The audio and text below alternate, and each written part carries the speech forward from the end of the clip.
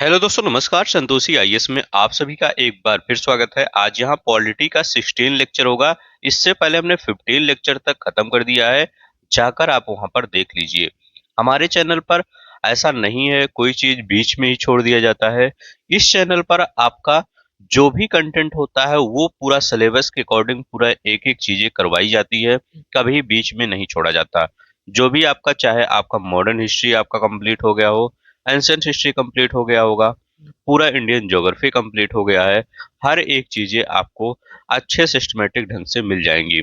और जो भी पीसीएस का पेपर हुआ था उसमें लगभग क्वेश्चन आ गए थे इसी नोट से जो भी हमने बनवाया था। तो चलते हैं, हम यहाँ पर शुरू करते हैं। आज आपका कौन सा चैप्टर होगा? आज आपका चैप्टर होगा जो महत्वपूर्ण संशोधन हुए हैं आपके यहाँ पर संविधान में। यहाँ पर जो भी संशोधन हुए हैं हम सब कुछ कर लेंगे, एक एक चीजें याद करने की कोशिश करेंगे। इसके बाद आपका जो चैप्टर होगा, राष्ट्रीय राजनीतिक दल कैसे मान्यता प्राप्त किया जाता है, राज्य स्तरीय राजनीतिक दल को, राष्ट्रीय राजनीतिक दल को, और उनके ये सिंबल उम्बल ये सब देखेंगे कौन कौन से राजनीतिक दल हैं। तो आज यही आपका दो चैप्टर है, बहुत इंपॉर्टेंट चैप्टर है। यहाँ से क्वेश्चन आपके पेपर में बन जाते हैं। तो चलते हैं। इसके बाद मैं आपको करवाने वाला हूँ इन्वायरमेंट।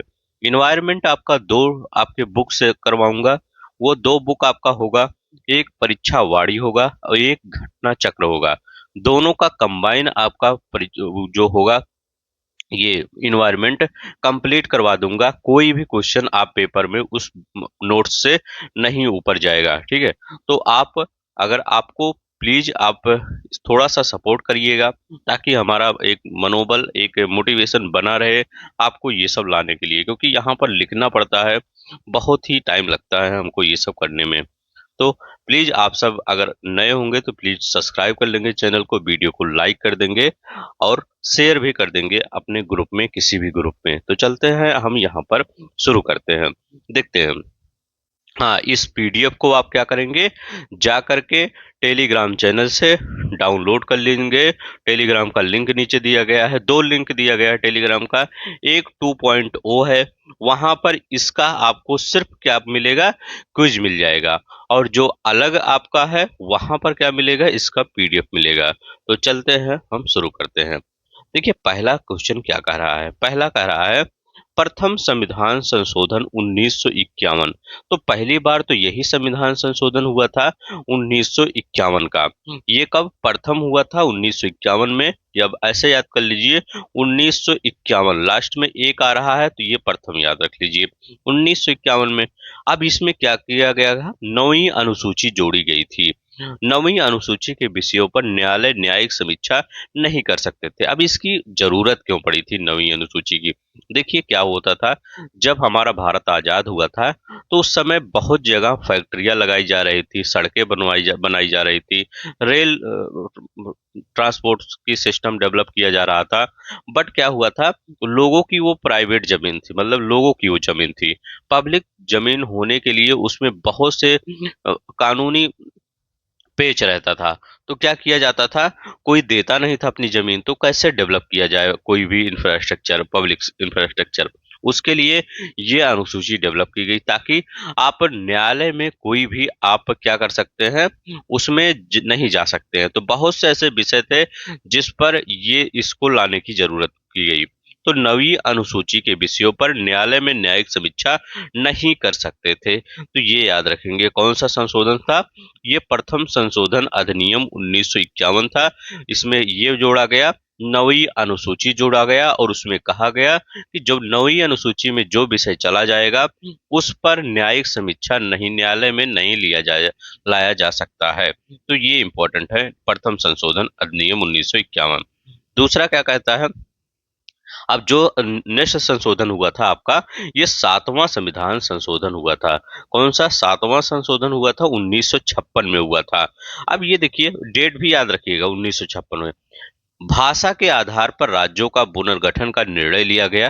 देख रहे थे इतना, मतलब आंध्र प्रदेश में इतना बवाल हुआ था, एक लोग की मृत्यु भी हो गई थी। तो इसीलिए क्या किया गया, भाषा के आधार पर राज्यों के गठन करने का निर्णय लिया गया। पहले से प्रचलित राज्यों की चार श्रेणियां समाप्त कर दी गई।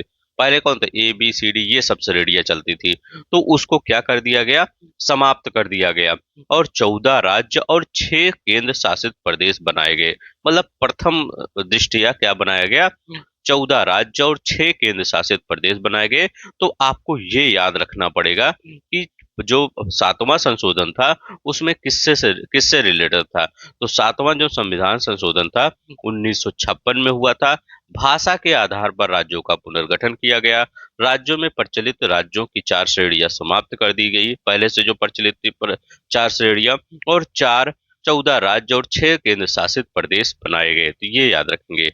नेक्स्ट हम देखते हैं, ये क्वेश्चन पूछा गया है कि प्रथम क्या बनाया गया था, पहले मतलब जो पहला जो हमारा राज्यों का निर्माण हो रहा था, तो पहले क्या बनाया था, 14 राज्य और 6 केंद्र शासित प्रदेश बनाए गए थे। अब देखिए यहाँ पर अभी कितने हैं, 28 राज्य हैं और 8 केंद्र शासित प्रदेश हैं, ये याद रखेंगे। अब देखिए यहाँ पर क्या होता है, 10वां संविधान संशोधन 1961 की बात अगर हम करते हैं, तो 10वां क्या करता है, ये दादर और नागर हवेली को भारतीय संघ में जोड़ा गया। कब, 1961 में क्या किया गया, दादर और नागर हवेली को भारतीय संघ में जोड़ा गया। ये 10वां संविधान संशोधन करता है। 10वां के बाद आते हैं हम 11वां। 11वां संविधान संशोधन 1961 क्या था, देखिए ये बहुत इंपॉर्टेंट है। ये कौन सा था, देखिए इसी प्रकार से क्वेश्चन पूछे जाएंगे। अब जो आपको हमेशा दिखता है पूछे जाएंगे वो कम पूछे जाएंगे, जो आपका लगेगा ये नहीं पूछे जाएंगे वही अब पूछे जाते हैं। यहाँ पर लिखा गया है, राष्ट्रपति या उपराष्ट्रपति के निर्वाचक को उपयुक्त निर्वाचक मंडल में रिक्तिका के आधार पर चुनौती नहीं दी जा सकती। अब आप सोच रहे होंगे ये क्या होता है, देखिए मैं बताता हूँ ये क्या होता है। देखिए, जैसे आपका राष्ट्रपति या उपराष्ट्रपति का इलेक्शन हो रहा है, तो इसमें उपराष्ट्रपति के इलेक्शन में मान लीजिए कौन भाग लेता है, उपराष्ट्रपति या राष्ट्रपति के इलेक्शन में कौन भाग लेता है, ये राज्य के विधान मंडल के जो विधानसभा के सदस्य होते हैं, जैसे उत्तर प्रदेश के विधानसभा के सदस्य वो भी भाग लेते हैं, या किसी और अन्य राज्य के विधानसभा के सदस्य वो भी भाग लेते हैं। बाई चांस से आप ये कोई स्टेट ये कहा कि हमारे यहाँ इलेक्शन अभी थोड़े ही दिन बाकी है, 6 महीने बाकी है, हमारा इलेक्शन हो जाए, फिर नए सिरे से इलेक्शन हो जाए, फिर हम भी थोड़ा सा राष्ट्रपति या उपराष्ट्रपति के जो इलेक्शन है उसको लेट आगे बढ़ा दीजिए, तो ताकि हम भी पार्टिसिपेट कर पाएं, ताकि जो हमारी पार्टी एक अच्छे बहुमत से आ जाए और हम भी ज्यादा पार्टिसिपेट कर पाएं। तो ऐसा नहीं किया जा सकता, या कहीं पर राज्य लो ये विधानमंडल भंग चल रहा है, मतलब विधानसभा लेजिस्लेचर भंग चल रहा है वहां पर, तो क्या कहेंगे, ऐसा चुनौती नहीं जाके न्यायालय में दे देंगे कि हमारे यहाँ अभी भंग चल रहा है, आप राष्ट्रपति का चुनाव करवा रहे हैं या उपराष्ट्रपति का चुनाव करवा रहे हैं। तो ऐसा नहीं हो सकता है कि आप एक राज्य के लिए पूरी राष्ट्रपति और उपराष्ट्रपति का चुनाव ही रुक जाए। जैसे क्या होता है कि पता चला कहीं जा रहे हैं तो एक लोग के लिए तो सबको रोक नहीं सकते। अब इसीलिए उनका ऐसा यहाँ पर ये 11वां संविधान संशोधन किया गया। कहा गया कि अगर कोई राष्ट्रपति या उपराष्ट्रपति के निर्वाचन मंडल में उपयुक्त निर्वाचक मंडल में रिक्तिका के आधार पर चुनौती नहीं दिया जा सकता। तो यहाँ पर एक संशोधन किया गया था 71A में, याद रखेंगे कौन से में, 71A में संशोधन किया गया था। तो लेकिन आपको यहाँ याद रखना होगा कि ये इसका वर्ड मतलब कहने का यही है, 11वां संविधान संशोधन 1961, इसका कहने का यही मतलब है कि अगर निर्वाचक मंडल कहीं पर रिक्त है, कहीं पर विधानसभा के चुनाव नहीं हुए हैं, कहीं पर राष्ट्रपति शासन लगाया गया है, तो वहां पर उसका कोई फर्क नहीं पड़ेगा राष्ट्रपति उपराष्ट्रपति के चुनाव पर। तो ये 11वां संविधान संशोधन ये कहता है। अब यहाँ पर देखिए 12वां संविधान संशोधन क्या कहता है। 12वां संविधान संशोधन कहता है, गोवा दमन दीव गोवा दमन और दीव को भारतीय संघ में शामिल किया जाएगा। तो ये तो सिंपल, ये 12वां संविधान संशोधन 1962 ये कहेगा। अब देखिए 12 से 62 याद रख लीजिए। 24वां संशोधन संविधान संशोधन बहुत इंपॉर्टेंट है।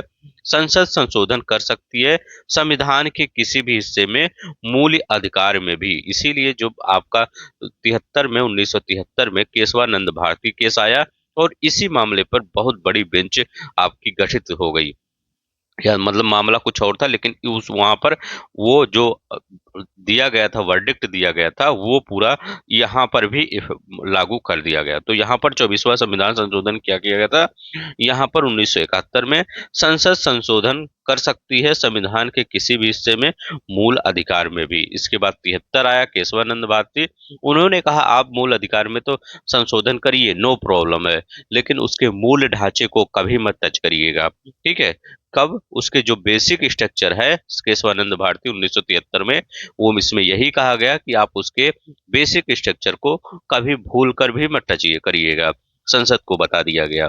अब देखिए 24वां हो गया। 31वां संविधान संशोधन क्या करता है, 1973, लोकसभा में सीटों की संख्या कब किया गया, 525 से बढ़ाकर 545 कर दिया गया।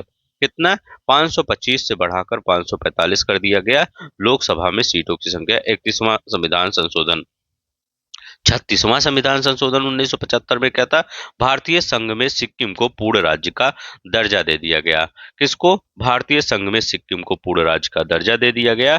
अब देखिए ये ज्यादा इंपॉर्टेंट होता है, 42वां संविधान संशोधन 1976, जिसमें क्या किया गया, प्रस्तावना में जोड़े गए कुछ शब्द थे। वो कौन कौन से शब्द थे जो प्रस्तावना में जोड़े गए थे? इस बार बीपीएससी के पेपर में यही तीनों आया था कि कौन कौन से शब्द जोड़े गए थे। समाजवादी शब्द जोड़ा गया था, पंथ निरपेक्ष शब्द जोड़ा गया था, और अखंडता शब्द जोड़ा गया था। ये याद रखेंगे। कौन कौन से शब्द जोड़े गए थे?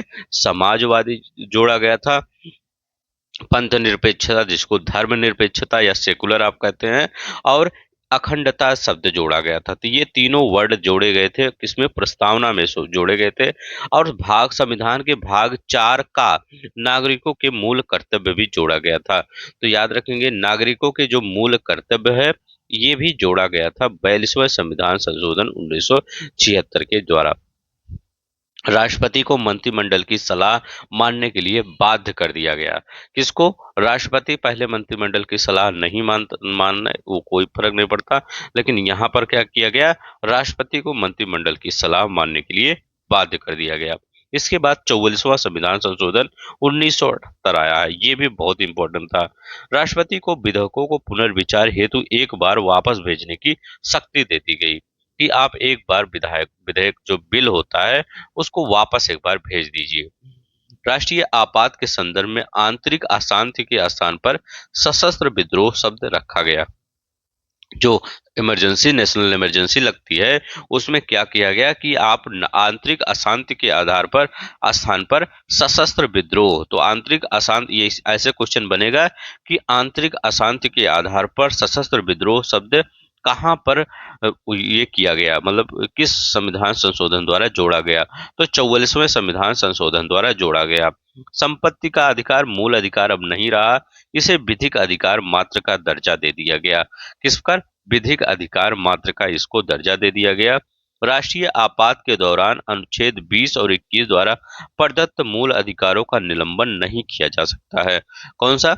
राष्ट्रीय आपात के दौरान अनुच्छेद 20 और 21 द्वारा प्रदत्त अधिकारों का निलंबन नहीं किया जा सकता। देखिए आर्टिकल 20 और 21 क्या कहा जाता है कि कहा यहाँ पर मूल अधिकार का निलंबन नहीं किया जाएगा। अब देखिए कौन सा हो गया आपका, ये 44वां हो गया। अब देखिए 52वां संविधान संशोधन, संसद और राज्य विधानमंडल के सदस्यों को दल बदल के आधार पर अयोग्य घोषित करने की व्यवस्था इस सूची में 10वीं अनुसूची जोड़ी गई। तो ये कौन सा कहता है, 52वां संविधान संशोधन 1985 यही बोलता है कि जो एक पार्टी आज इसमें है कल उसमें चले गए, तो इस पर रोक लगाता है कि दल बदल के आधार पर अयोग्य घोषित कर दिया जाएगा किसी सांसद या विधायक को। ये दोनों जगह लागू होता है, संसद में भी लागू होता है और राज्य विधान मंडल में भी लागू होता है। ये मत सोचिएगा सिर्फ वहीं लागू, हर जगह ये लागू होगा।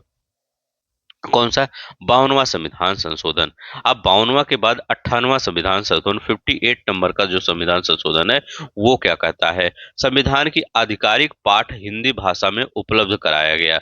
जो संविधान का पहले आखिर आधिकारिक जो पाठ था वो हिंदी भाषा में नहीं उपलब्ध कराया गया था, इसी में क्या किया गया, वो हिंदी भाषा में उपलब्ध कराया गया। 61वां संविधान संशोधन 1988 क्या कहता है, नागरिकों के मतदान की न्यूनतम आयु 21 वर्ष से घटाकर 18 वर्ष कर दिया गया। ये बहुत इंपॉर्टेंट हो जाता है। तो 61वां संविधान संशोधन 1988 क्या कहता है ना, ये अभी 20 या 21 में शायद क्वेश्चन पूछा गया था कि ये यूपीपीसीएस में 61वां संविधान संशोधन क्या कहलाता है। तो ये बोला जाता है, ये बहुत ही इंपॉर्टेंट चैप्टर है, इसको बार बार पढ़ लीजिएगा। यहीं से जितना भी हमने अमेंडमेंट हुआ है लगभग सब कंप्लीट कर दिए, इतना अगर आप पढ़ लेंगे इससे ज्यादा नहीं आएगा। 21 वर्ष से 18 वर्ष कर दी गई है। प्लीज आप सब एक लाइक का बटन होगा उसको दबा दीजिएगा और इस पीडीएफ को जाके डाउनलोड कर लीजिएगा। एक जगह आपको अमेंडमेंट मिल जाएगा, एक पेज पढ़ना पड़ेगा, आपका रिवीजन हो जाएगा, नहीं तो बार बार आप पलटेंगे किसी बुक को। अब देखिए यहाँ पर 69वां संविधान संशोधन 1991 क्या कहता है। संघ शासित प्रदेश दिल्ली को राष्ट्रीय राजधानी क्षेत्र का दर्जा दिल्ली के 17वीं विधानसभा में या और जो संघ शासित प्रदेश को राष्ट्रीय राजधानी क्षेत्र का दर्जा दी गया है और दिल्ली के लिए 70 सदस्यीय विधानसभा सीटें बनाई गई। तो ये कौन सा 1991 में ये बोला गया। ठीक है, तो राष्ट्रीय राजधानी क्षेत्र का दर्जा कब मिला दिल्ली को, 1969वां संविधान संशोधन 1991 में मिला। अब आपको ये भी बता देना चाहता हूँ, इसका आपको क्विज के फॉर्म में आपका 2.0 में चलेगा, जाके वहां पर यही क्वेश्चन जो जो यहाँ मैं पढ़ा रहा हूँ इसका क्विज आप वहां पर अटेम्प्ट करिए। तो ये मतलब 2.0 पर आपका पूरी तरह से रिवीजन हो जाएगा। देखिए मेरे चैनल पर हर चीजें आपको फ्री में प्रोवाइड किया जा रहा है, चाहे आपको यहाँ पर पढ़ाया जा रहा हो, वहां पर क्यूज करवाया जा रहा हो, हर चीज आपको पढ़ मतलब मैं चाहता हूँ ज्यादा से ज्यादा आप उसी क्वेश्चन पर रहिए ताकि वो क्वेश्चन हमेशा के लिए याद हो जाए। तो क्विज के फॉर्म में अगर वहां पर चले जाएंगे तो आपको एक यहाँ पढ़ के वहां पर पूरी तरह से याद हो जाएगा। अब यहाँ पर देखते हैं 73वां संविधान संशोधन 1992 क्या कहता है। पंचायतों को संवैधानिक अभी देखिए कल ही ये चैप्टर पढ़ाया था, संवैधानिक दर्जा भाग 9 और 11वीं अनुसूची जोड़ा गया। ठीक है, तो याद रखेंगे कौन से 11वीं अनुसूची और भाग 9।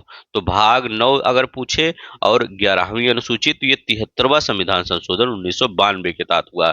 और ये 74वां संविधान संशोधन 1992 का नगर पालिकाओं को संवैधानिक दर्जा में भाग 9 का, अब 9 हो गया, इसी में ए और जोड़ दीजिए या का जोड़ दीजिए, 9A या 9 का जोड़ दिए। और यहाँ पर 12वीं अनुसूची, यहाँ 11वीं अनुसूची थी, यहाँ पर 12वीं अनुसूची जोड़ा गया। तो कौन सा 12वीं अनुसूची जोड़ा गया।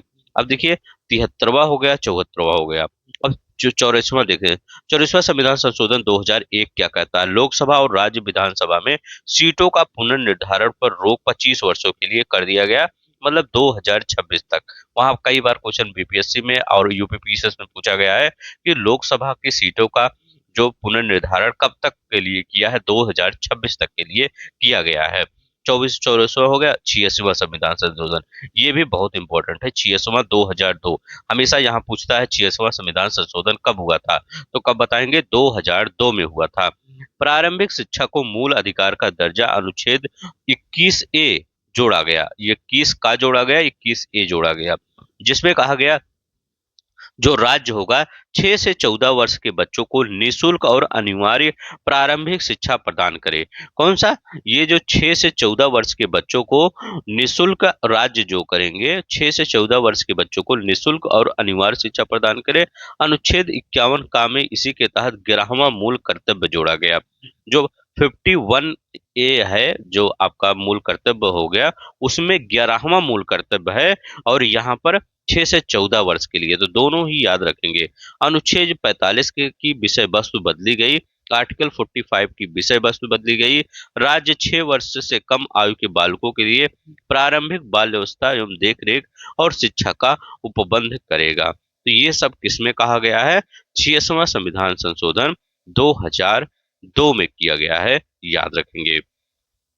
अब देखिए 91वां संविधान संशोधन 2003 क्या कहता है। मंत्रिपरिषद के आकार को सीमित किया गया और लोकसभा की कुल सदस्य संख्या का 15% से अनधिक या कम से कम 12 मंत्री होना चाहिए। तो यहाँ पर आपको बहुत इंपॉर्टेंट ये क्या कहता है कि 91वां संविधान संशोधन, तो 91वां संविधान संशोधन कहता है कि आप ये नहीं कर सकते कि ढेर सारे मंत्री आप बना दें, ऐसा बिल्कुल नहीं कर सकते। 91वां 2003 याद रखेंगे, ढेर सारे मंत्री नहीं बना सकते, तो नहीं तो सब मंत्री ही हो जाएंगे।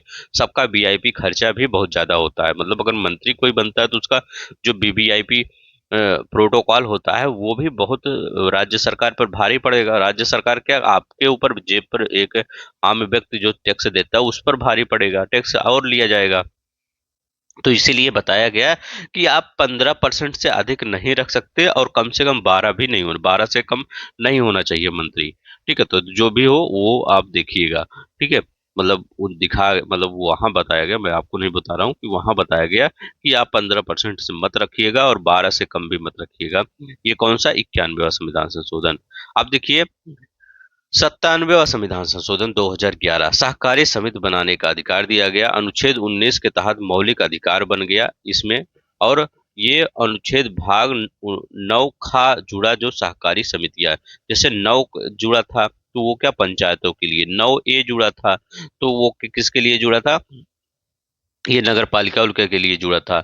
और ये 9 खा जो जुड़ा है ये क्या है, 9B मतलब खा, तो ये सहकारी समितियां, अभी इसके मंत्री कौन है केंद्र में, अमित शाह जी, तो सहकारी समितियां, तो ये क्या है, अब ये 9 खा बताता है। अब यहाँ पर देखते हैं 97 हो गया 100वां संविधान संशोधन। भारत और बांग्लादेश के मध्य भूमि हस्तांतरण से संबंधित बातें हुई थी 2015 में 100वां संशोधन अधिनियम। तो भारत और बांग्लादेश भी याद ही होगा आपको। 101वां, तो 101वां वस्तु और सेवा कर जीएसटी, 101 रुपया शुभ माना जाता है, तो ऐसे याद कर लिए, पैसे से रिलेटेड है 101 जीएसटी। 102वां याद रखेंगे, 102वां संविधान संशोधन 2018 में आया था। राष्ट्रीय पिछड़ा वर्ग आयोग को संवैधानिक दर्जा दिया गया, तो ये बहुत इंपॉर्टेंट है। 102वां संविधान संशोधन, राष्ट्रीय पिछड़ा वर्ग आयोग को संवैधानिक दर्जा दिया गया था। 102वां संविधान संशोधन ये कहता है।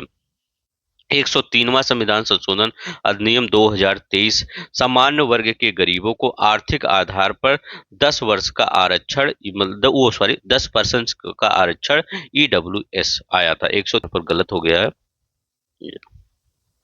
यहाँ पर 2000, ये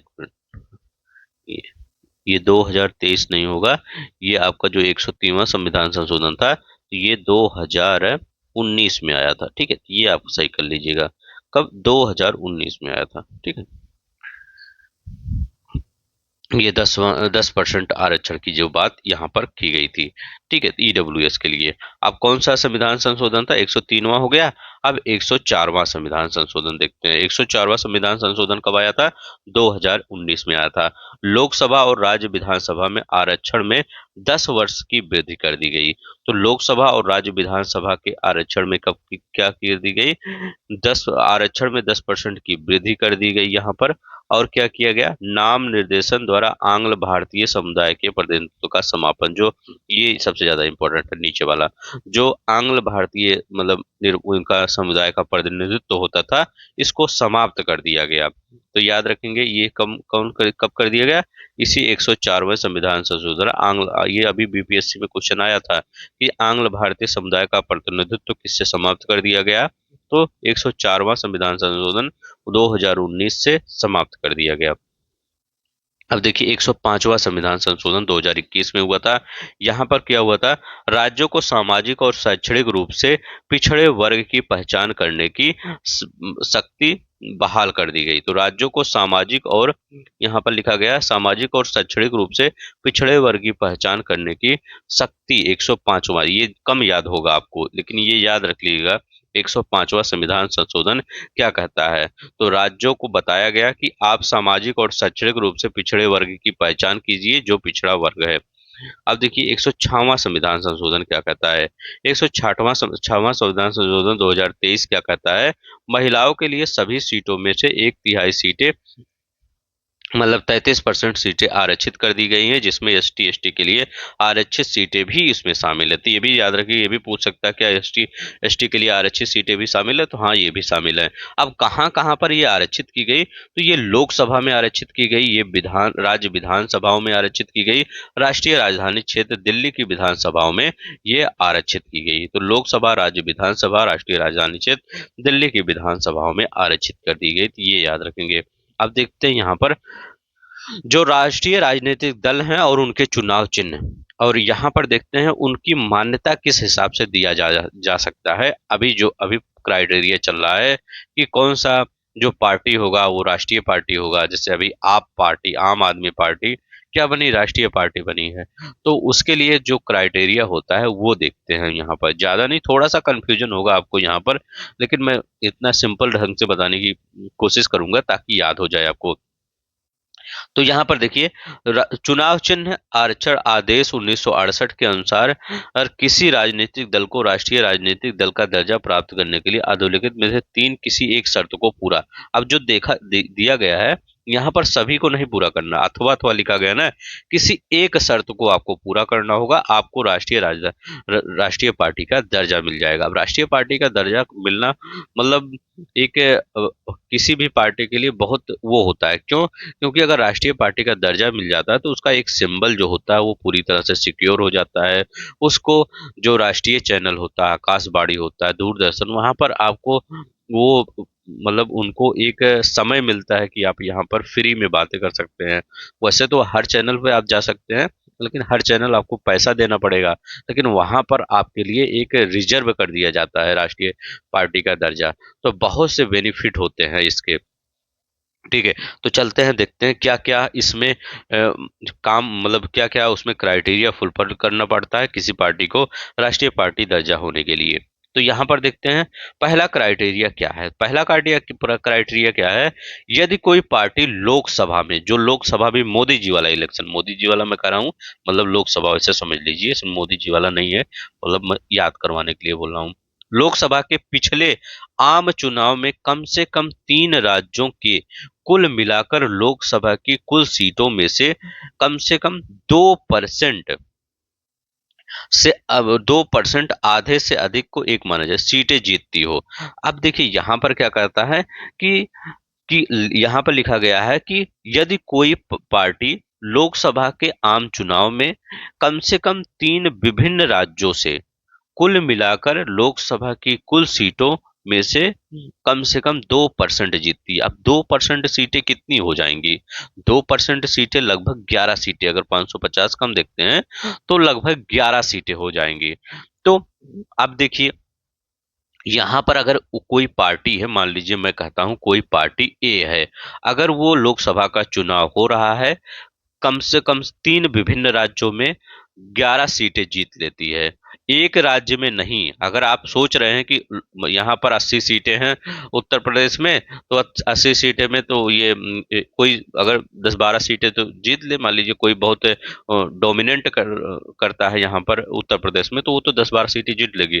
तो क्या वो राष्ट्रीय पार्टी का दर्जा दिया जाएगा? नहीं, वो तो उत्तर प्रदेश में ही सिर्फ मतलब उसका वर्चस्व है, और बाहरी तो तमिलनाडु और केरला में वहां थोड़ी है। तो ऐसा यही कहा गया है, कम से कम तीन विभिन्न राज्यों में 2% सीटें जीते, या आधे से अधिक, मतलब इसको माना, ये इसका मतलब ये जानते हैं ब्रैकेट में क्या है, जैसे 2.8 आ जाएगा तो उसको तीन माना जाएगा, ये बताया गया है ये। ठीक है, तो इसका मतलब यही होगा। अब सीटें जीतती है। अब यहाँ लिखा गया है एक ही स्टेट से 2% नहीं होना चाहिए। वही यहाँ कहा गया है कि एक स्टेट से 2% नहीं होना चाहिए। 2% सीटें हर जगह लोग, क्योंकि लोकसभा का जो इलेक्शन होता है तो हर जगह होता है, तो ऐसा थोड़ी होता है सिर्फ उत्तर प्रदेश में होता है, हर जगह होता है। तो हर जगह मिला के 2% सीटें मिलना चाहिए, कम से कम तीन स्टेट में तो होना चाहिए। ठीक है, मतलब अगर वो अपना जोड़ रहा है, मान लीजिए कोई ए पार्टी खड़ा है, तो वो 5-6 स्टेट में अपना बता दिया कि हमारा 2% वोट रहा हो रहा है, वो तीन राज्यों में, कम से, यहाँ लिखा गया ना, कम से कम तो तीन विभिन्न राज्यों में 2% होना चाहिए। ये नहीं बता सकता कि हम दो स्टेट में, मतलब मान लीजिए यूपी बिहार में हम 2% जीत गए, तब नहीं माना जाएगा। उसको कम से कम तीन, यूपी बिहार झारखंड में भी होना चाहिए, या छत्तीसगढ़ में भी होना चाहिए, कम से कम कितना, तीन, 2% वोट होना चाहिए कम से कम। वो ज्यादा कितना भी हो सकता है, वो 10 स्टेट में 3% ले ले तो उससे नहीं मतलब है, लेकिन कम से कम तीन स्टेट में होना ही चाहिए। तो ये याद रखेंगे, या 11 सीट लाइए या 2% वोट लाइए, मतलब 2% वोट तो 11 सीट होगा ही। ठीक है, याद रखेंगे, मतलब 2% सीट आपको लाना होगा। ठीक है, मतलब कम से कम 2% सीटें जीतते। अब यहाँ पर देखते हैं क्या लिखा गया है। सीटें है, याद रखेंगे, वोट नहीं है। 2% सीटें जीतती हो, सीटें जीतती हो, यहाँ ये भी याद रखेंगे। अब देखिए दूसरा पहला क्राइटेरिया याद हो गया। दूसरा क्राइटेरिया क्या कहता है? यदि उस पार्टी के प्रत्याशियों को कम से कम 4 राज्यों में पिछले लोकसभा या राज्यों की विधानसभा चुनाव में कुल वैध मतों का 6% मत, या कम से कम 4 लोकसभा जीती हो। अब इसका मतलब क्या होता है, एक बार हम और पढ़ते हैं। यहाँ पर देखते हैं, करें, यदि उस पार्टी के प्रत्याशियों को कम से कम 4 राज्यों में पिछले लोकसभा, जो अभी लोकसभा का मान लीजिए अभी चुनाव हुआ, या राज्य की विधानसभा के चुनाव में, राज्य की विधानसभा में के चुनाव, मान लीजिए महाराष्ट्र में चुनाव हुआ, कुल वैध मतों का 6%, ये बहुत ज्यादा पूछा जाता है, कितना, 6% मत, और कम से कम 4 लोकसभा जीते हो, मतलब लोकसभा सीटें जीती हो, कितना, 4 लोकसभा जीते हो, और न्यूनतम 6% मत पड़ा हो लोकसभा में उसके प्रत्याशी को, और 4 लोकसभा सीटें जीती हो, तो और यहाँ पे कह रहे हैं प्रत्याशियों को कम से कम 4 राज्यों में पिछले लोकसभा चुनाव में, 4 राज्य बता दिए हैं और लोकसभा चुनाव बता दिए गए हैं, ठीक है, या राज्यों की विधानसभा में पड़े कुछ मतों का 6% या कम से कम 4 लोकसभा जीते हो, तो ये दोनों ही याद रखेंगे, 4 राज्यों में, और ये 6% और लोकसभा, ये अगर आप फुलफिल करता है, कोई ए पार्टी फुलफिल करता है 6% मत और 4 लोकसभा सीटें जीती हों कम से कम 4 राज्यों में, तो वो राष्ट्रीय पार्टी का दर्जा प्राप्त होगा, तो मतलब ऊपर की ही तरह है लगभग कुछ। अब देखिए यहाँ क्या कहता है, यदि कोई पार्टी 4 या 4 से अधिक राज्यों में राज्य स्तरीय दल के रूप में मान्यता प्राप्त करती है, क्या कह रहा है कि अगर कोई पार्टी है, मान लीजिए, कैसे को, जैसे मैं एक एग्जांपल लेता हूँ, बसपा पार्टी है, बसपा पार्टी देखते हैं कि ये क्या करती है, बसपा पार्टी हर जगह इसके मतलब ये अभी तो थोड़ा सा कम हुआ है, नहीं तो इसके हर जगह बसपा पार्टी के मेंबर हो, मतलब पार्टी जीतती थी, चाहे एक ही सीट जीती थी, चाहे मध्य प्रदेश हुआ, चाहे आपका उत्तर प्रदेश में तो जीतती हैं, वो मध्य प्रदेश हुआ, उत्तर प्रदेश हुआ, या आपका यहाँ पर महाराष्ट्र में, जहाँ पर मतलब डोमिनेंस है ये बसपा पार्टी का, वहां पर ऐसे तो यही बोला गया है कि यदि कोई पार्टी 4 या 4 से अधिक राज्यों में राज्य स्तरीय दल के रूप में मान्यता रखती होगी, तो वो क्या कह दी, राष्ट्रीय पार्टी का दर्जा, तो बहुजन समाज पार्टी ये ऐसे ही मतलब नेशनल पार्टी बनी थी। अब यहाँ पर देखते हैं, ये तो आपको याद हो गया कि राष्ट्रीय पार्टी का दर्जा कैसे मिल जाएगा, तो ये एक बार फिर पढ़ लीजिएगा, क्योंकि ये ही इतना अगर आपको पता हो जाएगा तो आपका यहाँ 6% और 4 लोकसभा सीट, ये कई बार क्वेश्चन आया है, या 2% याद रखेंगे, तो कम से कम 3 विभिन्न राज्यों में, वहाँ 2 विभिन्न राज्यों में दे सकता है, और यहाँ पर या 4 से अधिक राज्य स्तरीय दल के रूप में मान्यता रखती है, तो ये भी याद रखेंगे, ठीक है। अब यहाँ पर देखते हैं, जैसे हम तो राष्ट्रीय देख लिया, अब राज्य स्तरीय दल की मान्यता के रूप में कौन कौन सी शर्तें हैं, तो यहाँ पर देखते हैं, उस राजनीतिक दल को राज्य विशेष में विगत हुए विधानसभा चुनाव में न्यूनतम 6% वोट मिले हों, जैसे विधानसभा का चुनाव, मैं एग्जाम्पल लेता हूं, महाराष्ट्र में किसी पार्टी को, अभी जो महाराष्ट्र का इलेक्शन हुआ है उसमें 6% किसी पार्टी को इलेक्शन मत मिला, मत और न्यूनतम 2 सीटें प्राप्त हो, कितना, 6% मत प्राप्त हुआ और न्यूनतम 2 सीटें प्राप्त हो। जैसे हम उत्तर प्रदेश में अगर बात करते हैं तो अपना दल देखते हैं, एक ही 2 सीटें लगभग जीतती रहती है, मतलब अब उन्हें विधानसभा में तो ज्यादा लगभग 12-15 सीटें हो जाती है, लेकिन लोकसभा में तो एक ही 2 सीटें जीतते हैं, तो क्या है, अगर 6% मत है और लगभग न्यूनतम 2 सीटें प्राप्त हो, राज्य विधानसभा की कुल सीटों में से न्यूनतम 3 सीटें प्राप्त हो, 2.5 अगर एक होगा तो वो एक 3 मान लिया जाएगा, यहाँ लिखा है 3 मान लिया जाएगा, और न्यूनतम 3 सीटों में से जो अधिक हो। अब क्या कह रहे हैं, जैसे न्यूनतम 3 सीटों में से, अब इसका देखिए थोड़ा सा मैथ मैंने लगाया है, इसमें क्या होगा, अगर यहाँ पर देखिए, थोड़ा सा आपको यहाँ पर थोड़ा सा टेक्निक दिमाग लगाना पड़ेगा, यहाँ पर कह रहा है कि ये वाला, यहाँ यहाँ से देखिएगा, कह रहा है राज्य विधानसभा की कुल सीटों में से न्यूनतम 3% सीटें, अगर मैं मानता हूं किसी किसी ऐसे राज्य में, जैसे नॉर्थ ईस्ट में कई ऐसे राज्य जहां 60 सीटें हैं सिर्फ, अब देखिए 60 सीटें हैं वहां पर, 60 सीटें हैं तो वहां पर हम करें 60 सीटें हैं, तो 3% कितना होगा, तो 60 सीटों का अगर 3% हम जोड़ते हैं तो 1.8 होगा। अब 1.8 होता है तो उसको जब 1.5 से ऊपर जाता है तो उसको 2 मान लिया जाता है, तो 2 ही सीटें माना जाएगा, और यहाँ पर कह रहा है कि 3% या न्यूनतम 3 सीटों में से जो अधिक हो। अब तो ये यहाँ पर क्या आपको बता दिया गया है कि दो सीटें अधिक, मतलब यहाँ 3% तो है, लेकिन ये दो ही सीट आ रहा है। अब क्या करेंगे? अब ऐसा तो नहीं कि दो ही सीट में उसको मान्यता दे देंगे। अब उनको देखेंगे कि कह जो अधिक हो, यहाँ लिखा गया जो अधिक हो। अब हम उनके सीट को देखेंगे, क्योंकि यहाँ पर 60 ही सीट है ही है, तो उसमें 3% तो दो ही सीट आ रही है। तब हम उनके सीट को देखेंगे कि उनकी सीट कितनी है। तो वहां पर अगर 3% तो है, लेकिन वहां पर क्या है, 3 सीट देखेंगे कि हाँ अच्छा वहां 3 सीट मिल गया है उनको। ठीक है, तो 3% देखेंगे। अगर हम देख रहे हैं कि 3%, अगर 3% मान लीजिए यहाँ यहाँ 2 सीट का कुछ कम परसेंट आया। ठीक है, तो वो मतलब यहाँ पर हमको ये देखना होगा कि 3% हो या 3 सीटें से अधिक हो। 3 सीटों में से जो अधिक हो, 3 सीटें हो या 3% हो, जो भी अधिक होगा उसको मान्यता दे दी जाएगी। ठीक है, अगर ये 60% की कैटेगरी वाले में आ जाता है और वैसे लगभग नहीं आता है, तो ये याद रखिएगा 6% और 2 सीटें, जो 2 सीटें प्राप्त करती हो या 3 सीटें, और न्यूनतम 3 सीटों में से जो अधिक हो वो प्राप्त करती हो। उस राजनीतिक दल को विगत लोकसभा आम चुनाव में विशेष राज्य में न्यूनतम 6% वैध मत मिले हो और राज्य की न्यूनतम एक लोकसभा जीतती हो। जैसे एग्जांपल ले लीजिए अपना दल का। अपना दल ने कितनी सीटें जीती हैं? एक सीटें जीती है ना। तो वो क्या राज्य स्तर की एक पार्टी है। तो जैसे अब उत्तर प्रदेश में तो उस राजनीतिक दल ये लोकसभा की एक सीटें जीत ली है और 6% तो जीती ही होगी। अब यहाँ पर देखिए उस राजनीतिक दल की विगत लोकसभा या विधानसभा की आम चुनाव में न्यूनतम 8% वैध मत प्राप्त हो। कारण है कि उस राजनीतिक दल की लोकसभा या विधानसभा में के आम चुनाव में मान लीजिए सीटें नहीं प्राप्त हो रही है, लेकिन 8% तो आप मत प्राप्त कर दिए। कई कई पार्टियों का तो 1% नहीं आता ये वोट, लेकिन 8% अगर आप मत प्राप्त करते हैं तो क्या होता है, तो आप उस राज्य के राजनीतिक राज्य स्तर के राजनीतिक दल का दर्जा प्राप्त करते हैं। तो ये याद रखेंगे। अब यहाँ पर देखिए राज्य में प्रत्येक 25 सीटों में कम से कम एक सीट प्राप्त हो।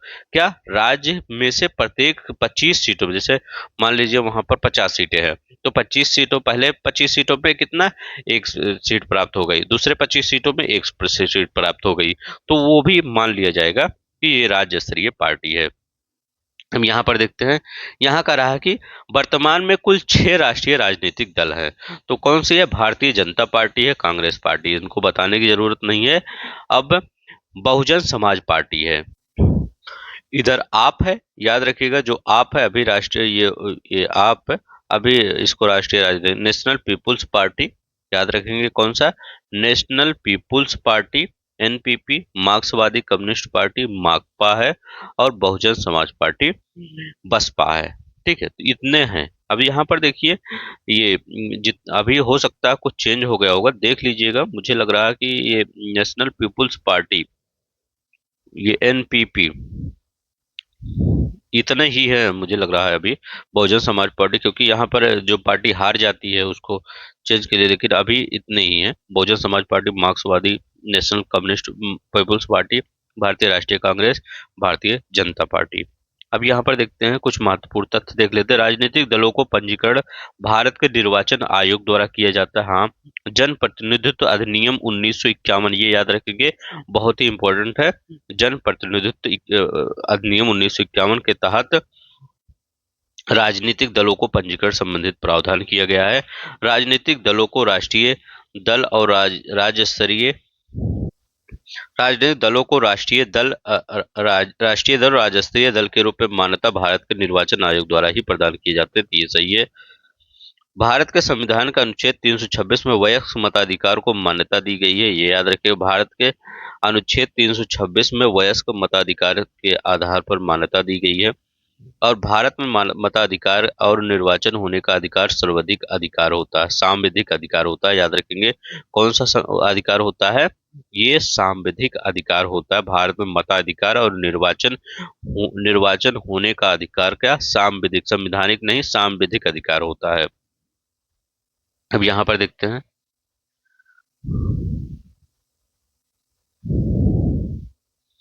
राष्ट्रीय मानव अधिकार, देख लेते हैं। एक छोटा सा टॉपिक था, इसमें अभी काफी जी 1-2 क्लास से और बची हैं, आपका ज्यादा नहीं बचा है। गैर संवैधानिक निकाय गठन 12 अक्टूबर 1993 में अध्यक्ष और सदस्यों की नियुक्त राष्ट्रपति द्वारा किया गया था। यह राष्ट्रीय मानवाधिकार एक गैर संवैधानिक निकाय है। 12 अक्टूबर 1993 में गठन किया गया था। अध्यक्ष और नियुक्त राष्ट्रपति द्वारा। मात्र ये सलाहकार एक संस्था है। किसका है? मात्र सलाहकार नियुक्त संस्था है। और ये नियुक्त होती गठित जो समिति की ये संरचना है वो कैसा है? तो ये समिति की जो संरचना है इसमें प्रधानमंत्री आते हैं, केंद्रीय गृह मंत्री आते हैं, लोकसभा और राज्यसभा के विपक्ष के नेता आते हैं, लोकसभा अध्यक्ष आते हैं, राज्यसभा के उपसभापति आते हैं। तो याद रखेंगे, लोकसभा और राज्यसभा में विपक्ष के नेता जो हैं लोकसभा अध्यक्ष हैं, राज्यसभा के सभापति हैं, केंद्रीय गृह मंत्री हैं, प्रधानमंत्री हैं, ये सब आते हैं अगर राष्ट्रीय मानवाधिकार के आयोग के गठन की संरचना की बात करते हैं। तो इतना ही आपको आज पढ़ना था। आई होप आपको समझ में आया होगा। देखिए, अब ज़्यादा नहीं, शायद एक लेक्चर और आपका बचा है, उसी में कंप्लीट हो जाएगा। इसके बाद हम इन्वायरमेंट स्टार्ट करेंगे, जो कि आपका कहाँ से लिया जाएगा, परीक्षा वाणी और घटना चक्र दोनों को कंपेयर कर लिया जाएगा। तो प्लीज़ आपको सबको अच्छा लगेगा तो लाइक शेयर सब्सक्राइब कर दीजिएगा, क्योंकि थोड़ा सा हमको मोटिवेशन मिलता है आप सबसे। जो आप कमेंट करिए, जरूर करिएगा, क्योंकि कमेंट करते हैं तो हमको अच्छा लगता है कि हाँ, जो भी आपका सजेशन हो उसको कमेंट बॉक्स में दे दिया करिए। ठीक है, तो धन्यवाद, नमस्कार, जय हिंद, जय भारत।